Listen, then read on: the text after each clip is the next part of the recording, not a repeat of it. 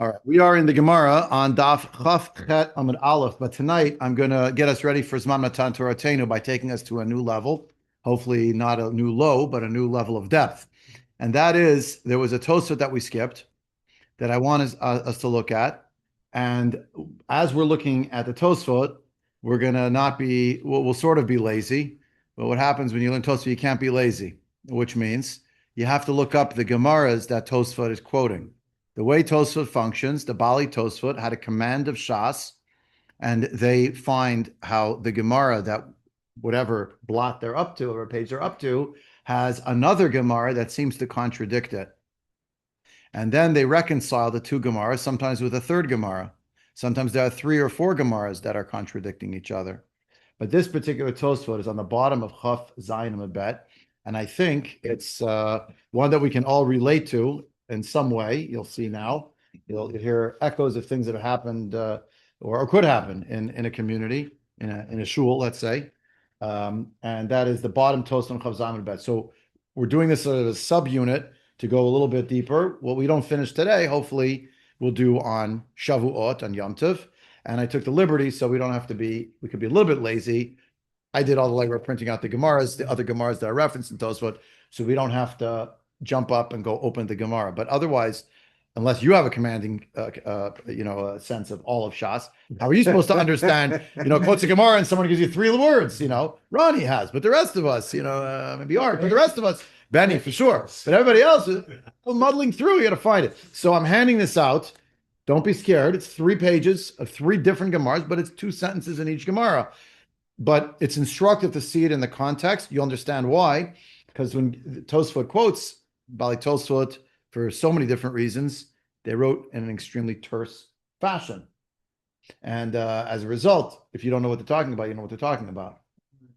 By the by, it was a big mess before there was a printing press, because it wasn't a common, actually not just printing press, until the Rum Shas came about. But nowadays it's easy street, and more than easy street for us, because the Rum Shas, right? Mm-hmm. Whatever's referenced in Tosfot is not just the name of the Masechta and the Perek, or not the Masechta, usually the Perek and the Sugya, but it tells you what daf it's on. Mm-hmm. But there was a time before the Rum Shas, before that, it was catch as catch can, and when it was manuscripts, how do they say in Brooklyn? Forget about it. Forget about it. You right? You don't know. What's the name of that parak? Oh, I think that's in Masechet. I don't know what. You have to look it up. So now you open a shas, Now for some of us, I'll say for myself and probably some of us in this room, that's still not enough, which is why we need the sheets. Yeah. Okay. So I'm handing these out. Take one and send the rest along. Maybe we'll have some extra. I don't know. So we're gonna need it in a minute. But the sugya, you have a question, please. Yeah. Kamara's A, B, and C need reconciliation. Is there a system to which one of the 3 is going to have the Tosafot, right?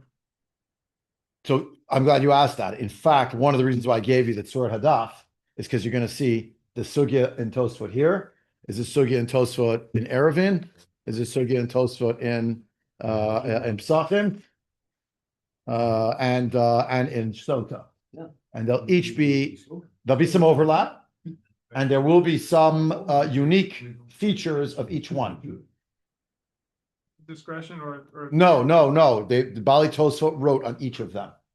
Most Tosfot is anonymous, unless you see Rabbeinu Tam or the Rabbeinu Yitzchak Dampierre, or mentions Tosfot Rabbeinu Elchanan, etc. But most of the Tosfot, it's an academy. So there's people writing here, people writing there. Yeah, there's a whole study of the Bali Tosfot and their oeuvre and their work, what they did, how they came about with this. But I thought we're coming to Zman Matan Torateinu, we also have to be Yored La'omko Shel Inyan a little bit.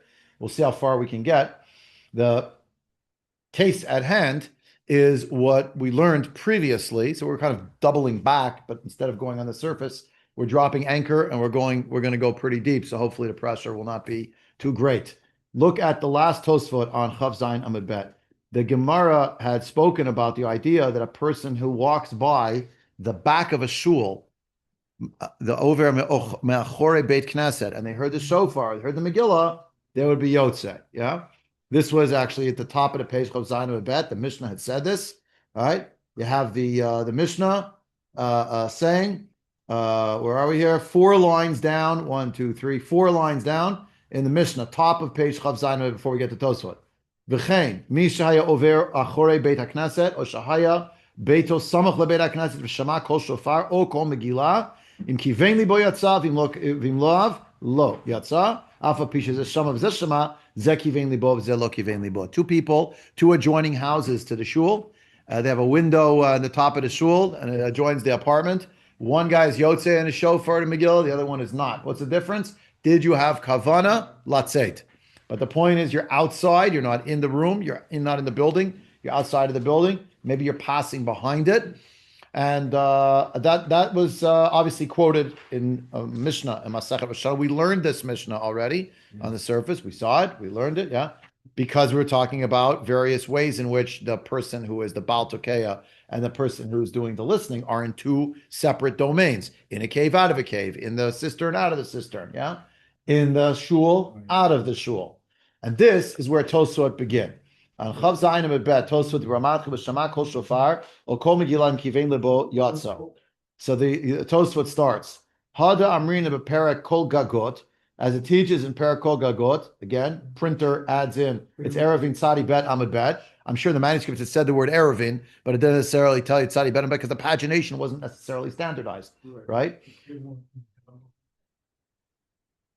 I made 11, 12 copies. I don't know. Mine doesn't say Amud Bet. It just says Erevin Bethlehem. It's We're fresh out. You look on? I'm sorry. Sellout crowd. It says Amud Bet on the top of the page. Not yeah, in the Tosafot. It doesn't matter, but okay. Right. Anyway, Erevin Daf Tzadi Bet. Tzibur b'Katan of Shliach Tzibur b'Gedola. En Yotzi Dei Chovatan. Right? If the Tzibur is in the small one and the Shliach Tzibur is in the big one, they're not Yotze, they're Chova. So, of course, what are we talking about? Handout, page 1. Gemara Erevin. Tzadi Bet Amud Bet. Okay? So you look in that Gemara, Tzadi Bet Amud Bet, and again, it's tempting to try to learn the whole page. It's tempting to learn the whole sugya and the whole parak. We don't have that kind of time. We're just focusing on this particular Hikitim. So do you want me to stop the share and make a copy for you? I feel bad. Huh? You're okay? You sure? I'm sorry. I don't know. We have a sellout crowd over here. He said he knows. He knows it. He knows the Gemara already. That's what we were talking about before. Some people know it already before you get here. Look at the fourth line of the Gemara, page 1 of the handout. Fourth line, second word. Tzibur begedola, ushliach tzibur beketana. You have the tzibur is standing in a big room. The shliach tzibur is standing in a small room. Yotzi yedei chovatan. You could be yotze your chova. Okay, even though you have two rooms are adjoining. You have the shliach tzibur is standing in a small room, right? And the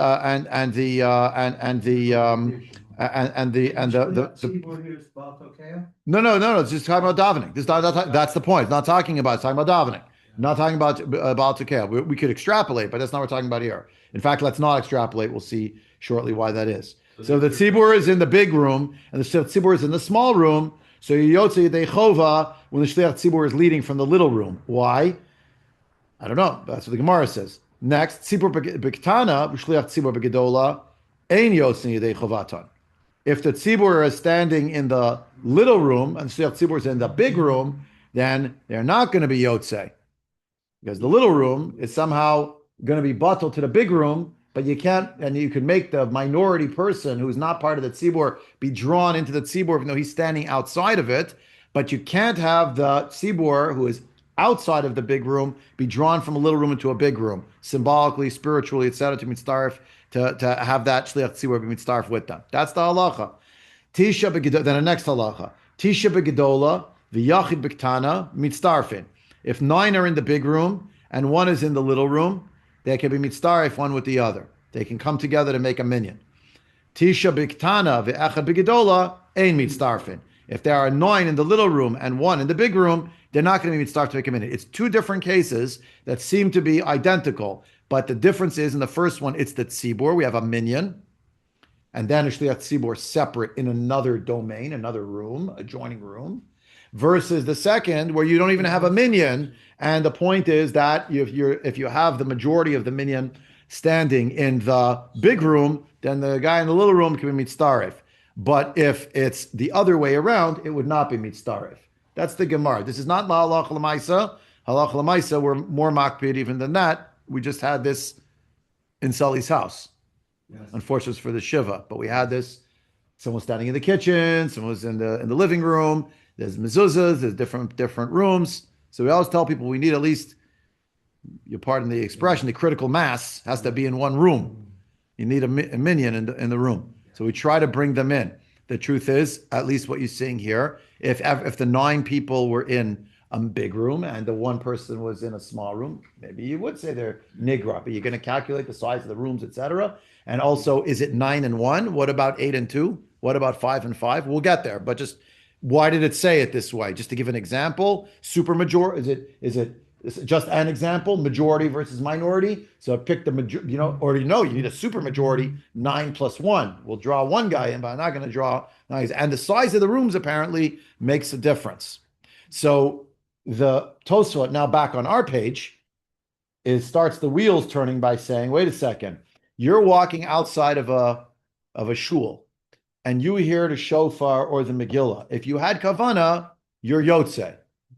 Hada Amrin of a parak. I'm back in Toast. I'm reading it again, but now we saw the Gemara inside in Erevin. Now we understand what the line means here. Hada Amrin of a parak called Gagot. Tzibur b'ktana u'shliach tzibur b'gedola. Right? If that's the case, the tzibur is in the little one, and shliach tzibur is by himself in the big one. Ein yotzin yidei chovatan. That's not going to work. Right? So shiny hatam. That's a different case over there. Why? The Leka Asara im Shliach Tzibor. Because that case, those cases, both are cases where you do not have 10 with the Shliach Tzibor, but the Shliach Tzibor is number 10. And since you don't have 10, that's the difference. But here, in our case, it's a person passing by the back of the shul during Kriyat Megillah. So this is presumably a minyan. Maybe there is a minyan, maybe there isn't a minyan. But in the Gemara in Erevin, that was a case of seiruf with a minyan, making the circuit come together, having 10. But in this case, it's a person hearing another person in another domain. That's all it is. So that's why it's shani hatam, deleka asar im shliach tzibor. Yeah. So that's one example. So again, you might have thought there's a contradiction between these two Gemaras, because this Gemara says if you have different people in a different room, it depends on the number here, the number there, which is who's in the bigger space, the smaller space, who could be nigrar to who. In this case, you're saying it's the person who's in a different space from the person who's the Baal Tokeah or the Baal Koreh for the Megillah. And it does work, it just has to do with Kavana. So what's the difference? The difference is over in this case, presumably there's a minyan in shul. You're just passing by outside and the events are transpiring. You could have also answered very simply, it's not a davar sheb kedusha to blow shofar or to read Megillah. An individual could read Megillah, an individual could blow shofar for another individual. It happens all the time. So, right? Is it one example that one guy here, 9 people there, that's all open. So Yeah. the 2 examples, if they have a minion there, and they walk by and he hears it, that's one example versus 9-1 and walking by. Is that what? No, it's not 9-1 walking by. The walking by is only in our case. There's no walking by over here. It's the fact that we want to know, is there a minyan or is there not a minyan? We're saying there's not going to be a minyan in one place. They're split apart, 2 different places. Guy walking by, they don't even know he's there. Yeah, they don't necessarily know he's there. He's walking by. And he has kavana. He's hearing the shofar. So he has in mind. But Bali Tosafot is open by saying, look, when you have this Gemara in Erevin that talks about the fact that you have people in different rooms and they may or may not be mitzdarif, that's not necessary here because our case is not about minyan. Our case is about hearing the shofar, hearing the Megillah, etc. So in other words, the issue in the Gemara in Erevin, Bali Tosafot would say, the issue in the Gemara in Erevin is the question of whether the mitzdarif to be a minyan or not a question of the auditory capability of hearing what's going on from the other room. Larry, please.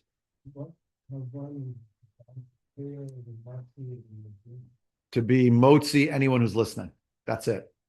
Period. Doesn't have to know the people, doesn't have to know how many people, doesn't know who it is. Just have in mind to be motzi anybody who has to hear. Yeah, right. Anyone who can hear. Anyone who can hear, it's good enough. Yeah. Tosafot, second line in Tosafot, at the end of the line, the last word, Veha, Da'amrin B'Shili Ketzad Solin. min ha'agaf v'lachutz kelachutz, v'amarav v'chein l'tfila. And so we have at the end of Perek Ketzad Solin, Psachim Daf Pehei, which describes min ha'agaf v'lachutz, from the agaf is like the width of the doorway. There's a machloket there in the Mishnah and the Gemara. Is it literally the width of a doorway? And by a doorway, we don't mean like this doorway. We mean a doorway of a city, like Yerushalayim. Is it 3 amot thick, or are you gonna or 5 amot thick or something? Or is it from wherever the door is in the door frame and outward? That's the external part. It's not immaterial for our purposes. The point is there's some line where you're apparently outside of the city of Yerushalayim. What's the case? I'm glad you asked. Turn to page 2. On page 2, we have a Mishnah. Again, we don't have time to read the whole thing. We're just looking at the last 2 lines where it says Mishnah. So look at page. It's 2 on the bottom right hand corner. It says the number 2.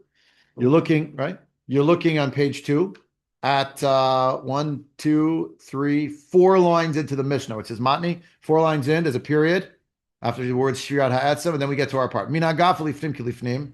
Min ha'agaf lachutz kilachutz. If you're within the agaf, you're inside, and if you're past it, then you're outside. What we're talking about, kodshim kalim can only be eaten inside Yerushalayim, in the walls of Yerushalayim. You can't take them home. So are you in or are you out? So let's say the person took it to the edge, and they went past the hinge of the door, so to speak. Again, it's a machloket what exactly it refers to, but that's the Mishnah. If you go past that line, you've taken your kodshim out of the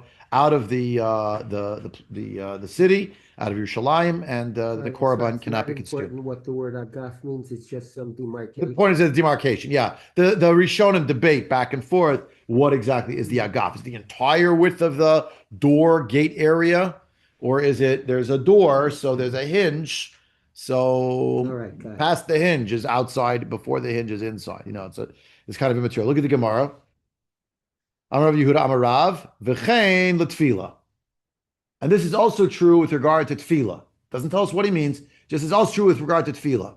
If you're past the agaf, again, the doorway, you're outside.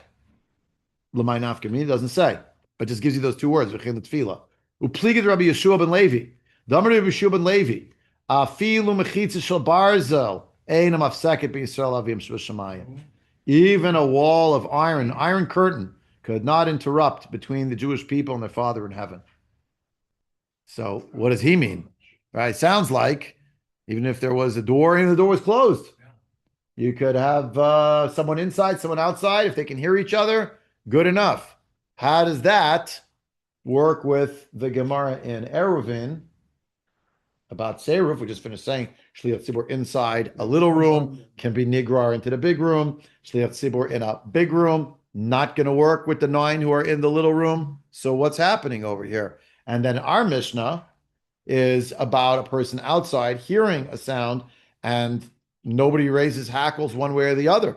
You can hear what who said that the door is open and you're looking at it and see it. Maybe you're passing by and there's a little window or something, you just hear through it. Maybe the Baal Tekeh is so loud, you hear him through the wall. So our Mishnah doesn't distinguish. So now the Balei Tosafot have added another layer, and now we have, you could say, 3 spinning plates. We got our Mishnah, we've got the Gemara in Eruvin, and now we just added Mishnah Gemara in Masachet Pesachim. You with me? Now we're going to see what Tosafot wants to ask about this, and you kind of see where it's going. There was an additional element here about v'chein l'tfila. So if you look in the again in Tosafot, now suddenly we understand what Tosafot says. I'm going back to the second line in Tosafot. V'hadamini b'shilhi ketzad solin min agaf lachutz kelachutz v'amarav v'chein l'tfila. We read that just now. Rabbi Yeshua ben Levi Amar afilu mechitza shel barzel eino afseket ben Yisrael avim shebashamayim. So kasha. The question is, but ma kamairi. What exactly is that Mishnah and Gemara talking about? Ili inyan seruf kigon tzibur ushliach tzibur otet v'yachid. Is it that the tzibur is in one place, the shliach tzibur is in another, or you have 9 in one? So in Cain, havya sugya dechol gagot delo k'Rabbi Yeshua ben Levi. Then it turns out that the sugya in kol gagot in Eruvin doesn't follow Rabbi Shub ben Levi, because you know what Rabbi Shub ben Levi says? I don't care if we're standing in the little room or the big room, it doesn't matter. Yeah. Nothing can interrupt between Yisrael and Avim Shemayim. So it's obvious that Gemara, if we're talking about the question of tefillah and being yotze, it can't be following Rabbi Shua ben Levi, since Rabbi Shua ben Levi holds it's immaterial if you're inside or outside. So there's a contradiction here, or at least you could say, well, the Gemara in Psachim, inside, outside, that's Rabbi Shua ben Levi's Gemara, but the Gemara in Eruvin ignores or refuted somehow, we don't know how, refuted Rabbi Shua ben Levi because it didn't even mention his name, right? So now, right? The Kavate Kaimalan. But the truth is, we know that in the Machloket Rav and Rabbi Yeshua ben Levi, we follow Rabbi Yeshua ben Levi. When there's a Machloket Rav and Rabbi Yeshua ben Levi, it's a principle, we always follow Rabbi Yeshua ben Levi. So we follow Rabbi Yeshua ben Levi, so that raises the question, well, what are we going to do with that Gemara in Eruvin? 9 and 1, 1 and 9, right? Or 10 and another little group of people outside in either direction is also where it was kind of baffling.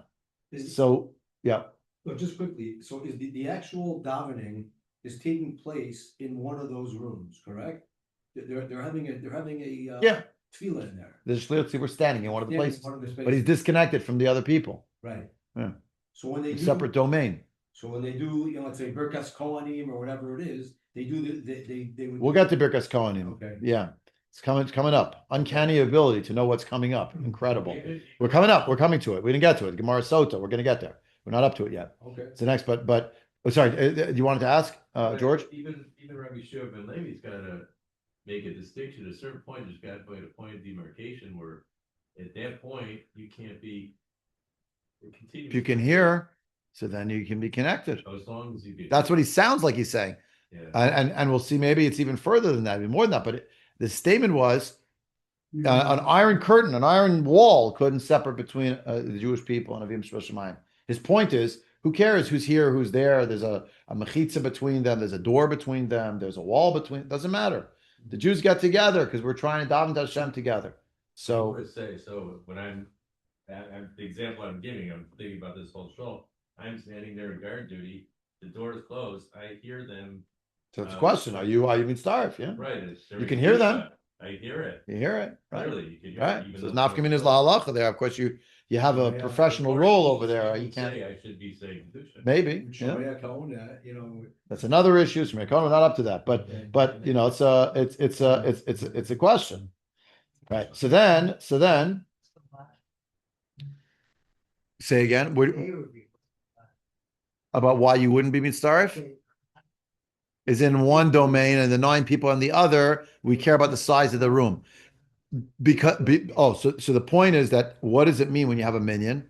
Does it just mean 10 people davening together, or is it 10 people davening somehow in concert?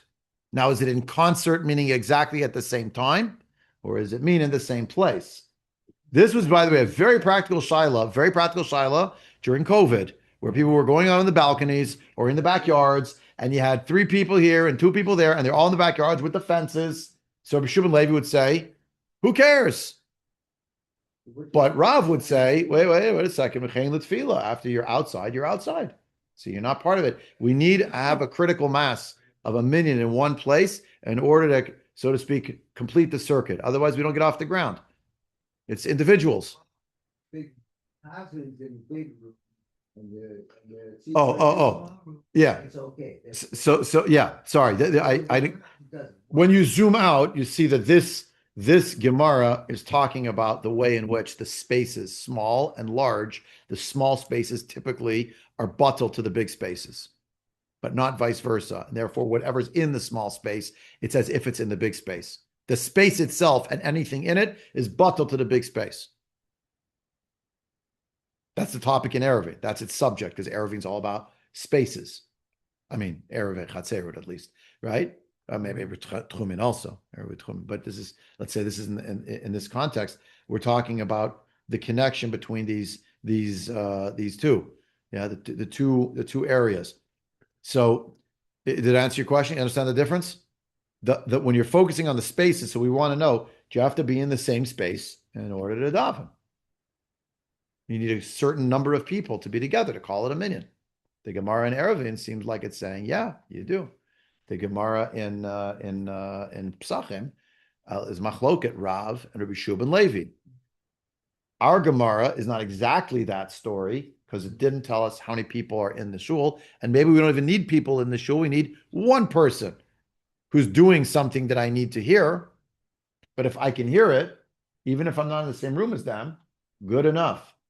Again, nafkaminas all over the place during COVID. It was a big Indian because, right? Sure. You have 3-4 people on balconies. They can all hear each other, but they're not really in the same place. The backyards, there's lines, there's trees, there's hedges, etc. It's a separate domain, but they can all hear each other. Maybe the wall goes up to, I don't know, let's call it 58, 60 inches. You can see the person. So maybe is that good enough? So that's the machloket that's going on. And where does this come up all the time?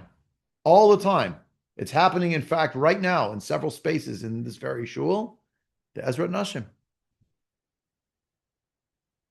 The Ezrat Nashim, a mechitza has to be at least the requisite number of tefachim in terms of height, inches, right? To separate between the men and the women. So wouldn't that fall into the category of davar shebekadusha? Called davar, something like it's davar. Well, a shul, obviously, you're saying devarim shebekadusha, but I'll give you the scenario.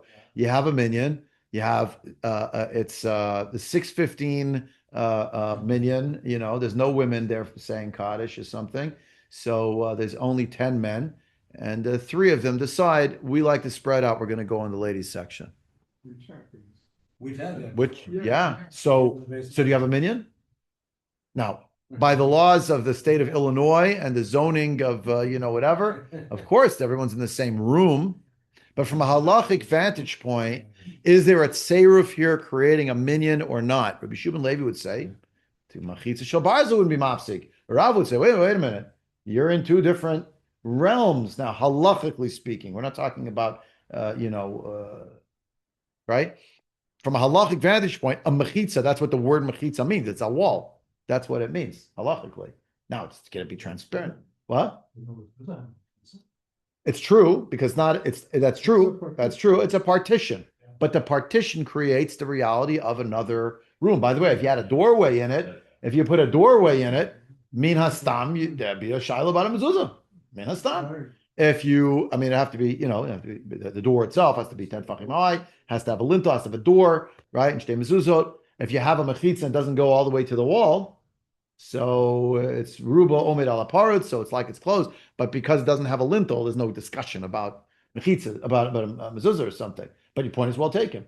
So the Bali Tosa point out, deha hane nashe kaime lichudaihu, right? The women are, in a way, they're standing on their own because they're part of the Beit Knesset in the general sense, but in terms of the space where the minyan is taking place with Davar Shebekdusha, there's a mechitza. So we have our own women's tefillah group inside the mechitza. Our own women's tefillah group. Oy Gevald. Then Ronnie injected the charged material. Separate shear for another day. But no, a separate shear for another day. But so that's that. Now we come to the question. And the question is, I'll tell you where the question will come up. It's Taka Shaila, and Art knows about this Shaila. When you read the Megillah in B'tzibur, so you say the bracha at the end, Haravet Rivenu, B'Shem Malchut. If you read the Megillah in someone's home, you don't have a minyan, you don't say Haravet Rivenu. This is the unique time during the Kriyat Megillah that for the purpose of the Tzeir, for the minyan, to say Haravet Rivenu, men and women count for that minyan, for Barov Hadrat Malach. So now, what if you had 7 men and 3 women? Or vice versa, could be. So they all have to go into one space in order to say the Brach Ravet Rivenu?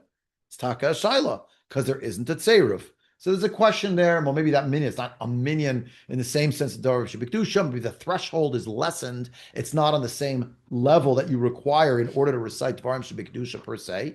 The point of that minyan is the Barovam Hadrat Melech component. 10 Jews who are of age is 10 Jews who are of age. The davar shebikdusha is something else. Davar shebikdusha is davka. Men are the ones who recite davar shebikdusha. Why is that? So that has to do with psukim, ayin sham, the Gemara Megillah on Chav Gimel. It's in several places in Shas where this is discussed, what the psukim are, the derivations, etc. I have a nice drasha on it, but we're not in drasha land now. We're in the Gemara. So I'll come back to our subject at hand. The point of this is just to amplify that this happens all the time. The women, of course, are participating in the davening. We see that they're answering Kaddish, Kedusha. Maybe they're even reciting it, right? So how is that happening? So it would seem it is some kind of a tseiruf with what's going on in the men's section. Nobody says, "Well, I'm sorry, this doesn't apply." So how do we do that? Okay, we say there's a minyan in the men's side. So then the women are able to respond the same way that someone who was standing in the doorway or outside could also respond to the Dvarim Shebikdusha, and they could be participating the same way. Again, I'm not announcing that the women are not really in shul. They are really in shul. But from a halachic vantage point, the word mechitza, that's what it means. So that's what Tosafot would say. By the way, I should throw in, it's a point of history. It's not apologia. It's the reality in Ashkenaz for many generations, centuries. In fact, women came to shul to hear the shofar. If they had a baby, they come maybe as a yoletus that the husband is going to say a birkas hagoma. Maybe if they could say they would, maybe. That's it. It was a different time. It was a different. This is reality. You could see from the construction, even if you go in Krakow, some of us were there, the wars to the Shul in Krakow. So you see there's a beautiful women's section, but mysteriously, the wall between the women's section and the men's section was like this thick. So why did that happen? Why didn't they just put a little mechitza up? And it's very easy to know why. Because originally there was no women's section, and they decided, hey, we want the women to be able to be part of it. Same thing with the Altanoi Shul. Altanoi Shul, exactly, right. Say also, same thing. That's just how it was. That's just that's how it functioned. So, right, Altanoi Shul, you have it in Prague that way, many shuls like that. In Better Knesset, Nahum, they were up with windows also, but even... So in Europe, in many places, Dafka, they were elevated, right? That also had to do with it was space consideration, but also had to do with the reality of the it was its Tznius reality, it was this, that, but it's also because of the Makom HaMikdash. There was the Ezrat Nashim and the Ezrat Nashim, the men and the women were separated, and they had the Gezustra, etc., to show the separation, etc. At first they had the men on top, and the women were lowered down, were in the back. Where the men were the women were in the front, the men were in the back. It didn't work. The men were arguing them, so they reversed it. Then they raised it, the different levels. But all of that is the model that becomes for the Beit Knesset. So what do we, right? There have been developments. There's no gainsaying that reality. Anyway, so all of this that we're talking about, there's actually Allah L'Maisa right now in every shul. That's what we're doing. And the Baitos would quote that idea. The Hanei Nashe, right? The Kavate, Kaimalan, the Hanei Nashe, Vikavate Kaimalan, Deha Haninashe Kayami Lechudayo, right? We clearly hold like Rabbi Shubin Levi in most of these machloks and Rabbi Shubin Levi and Rav, but clearly we're holding like him where? Because the women also, that's what they do. We're obviously following him. If we followed Rav, Rav would say, the canheads, not really here. Separate room, yeah. Okay. Kidemucha besota beperek ve'elu ne'emarin. Demaiti mina Raya lebirkat kohanim dein mechitza mafsaket. So of course you're wondering what is going on in the Gemara in Sota and Perak Elun Amarin. I'm glad you asked. It's page 3. You got to look it up. Otherwise, no idea what they're talking about. I'm on page 3 now of the handout. It's the Gemara Sota Nun Lamed Lamed Chet Amud Bet, and the Gemara there. You look to the bottom of the page, 4 lines up. No more. Sorry. Gufa. 1, 2, 3, 4, 5 lines up from the bottom. Gufa. Tana Abba Brei Derav Menimin Bar Chia Am She'achore Kohanim Eina Bichlal Bracha. The people who are standing behind the Kohanim, their hands are outstretched, they're standing behind them, they're not part of the bracha. Yeah. Pshita, that's obvious, says the Gemara.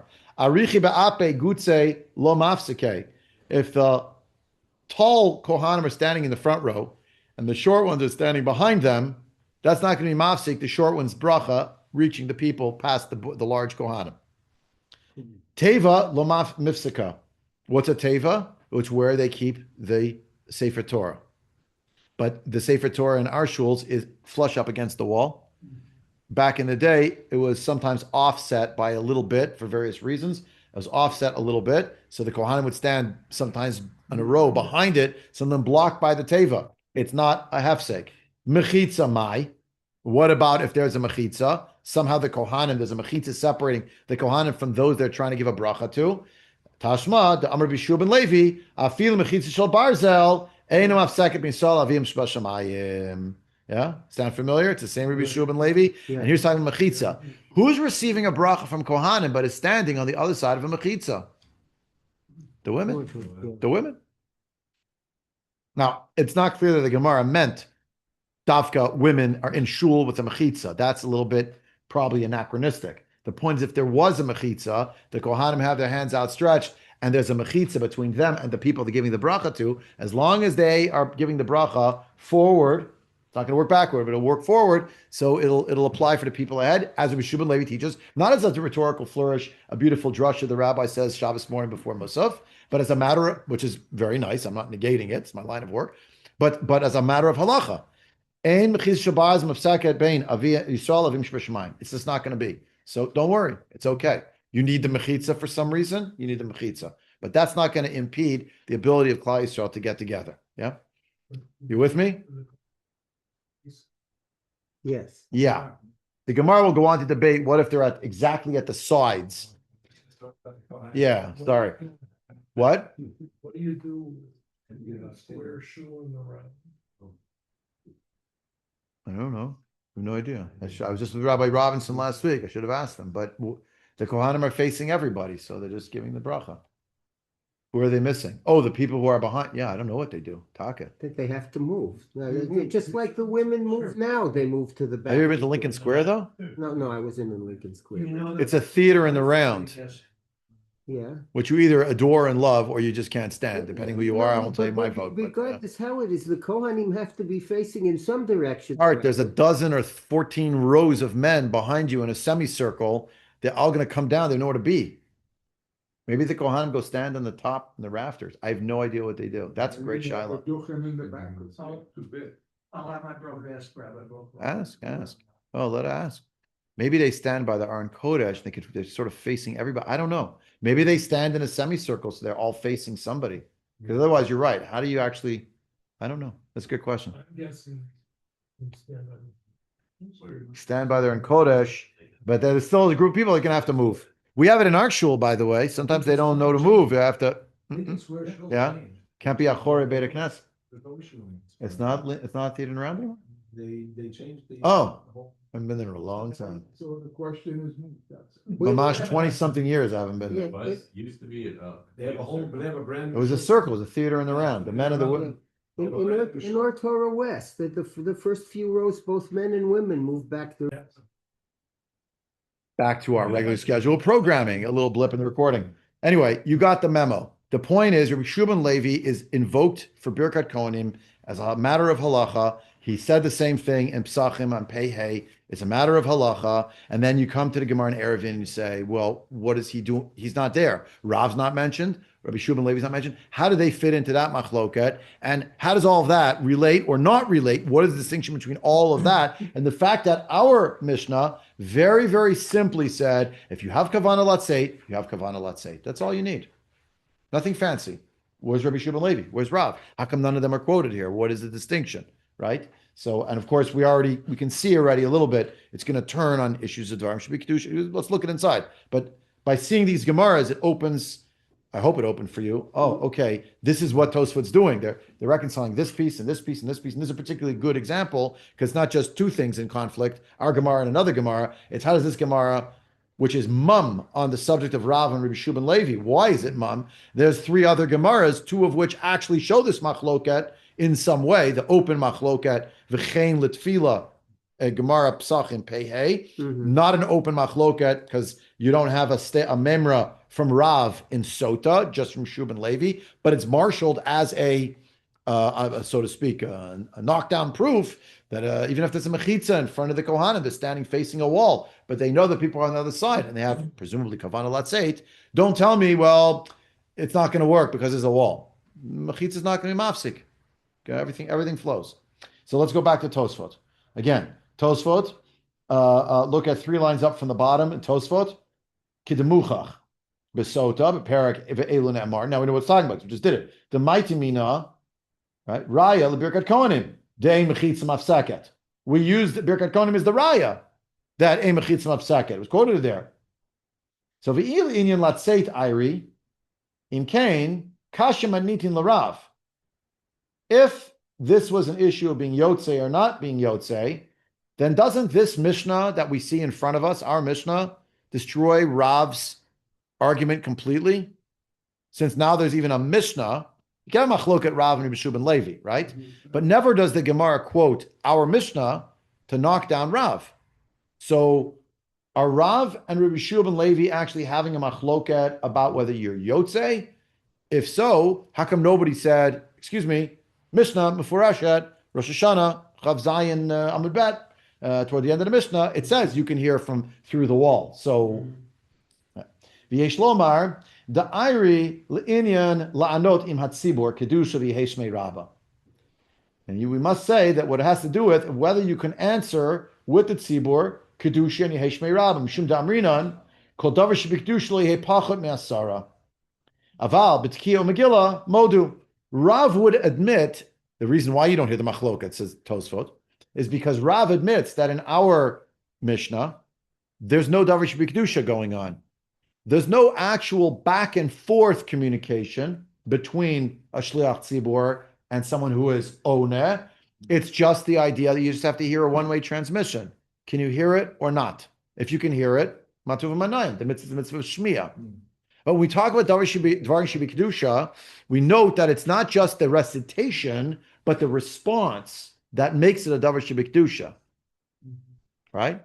In other words, Kaddish being recited by someone where the people are mum and they don't respond. Kedusha, where they don't actually have a back and forth, is not a davar shebi kedusha. To be a davar shebi kedusha, we need, as it were, vikara ze'el zeh amar, emulating malachim, etc. But that back and forth responsive is part of it. So the question is there a dialogue here or is there not? And that's why in our Gemara, Rav and Rabbi Shub and Levi are not squaring off, because Rav would probably agree over here, that's okay. How come? Because you just have to hear it and that's all you need. But when it talk about tefillah, that was the Gemara in Psachim, note his language, he had used the language specifically, Amar Rav Yehuda, Amar Rav, v'chein l'tefillah. As the Mishnah said, there's an inside and an outside, and when you go outside, the korban's disqualified. So too with tefillah, if you go outside, you're disqualified. Disqualified for what? Disqualified, presumably, to be engaged in the dvarim shebi kedusha aspect. When it comes to the element and right, the Rosh Kedusha, which is responsive, it's a back and forth, right? I'll mention parenthetically because it's also germane, I guess. But sometimes in davening, we had this with Shemei Ke'ona. We did that whole sugya involving Hallel, Gemara Sukkah, Lamed Chet, Lamed Bet, and Lamed Zayin Lamed Bet, Lamed Chet Lamed Bet. So Tosafot there. It's very important to recognize that sometimes it's almost a temptation, because we love singing as a shul, etc., to do away with the back and forth and everybody sing it together. V'lochein, if it's a davar shebi kedusha, it really needs to be a back and forth, right? So if the congregation is saying kedusha together, there still needs to be vikar zel zev amar, and everybody says there's a machloket if the shliach tzibur repeats kadosh kadosh or not, and there's minhagim this way and that, but there isn't a machloket that has to be responsive. The shliach tzibur would just go vikar zel zev amar kadosh kadosh kadosh, and he's saying it with everybody.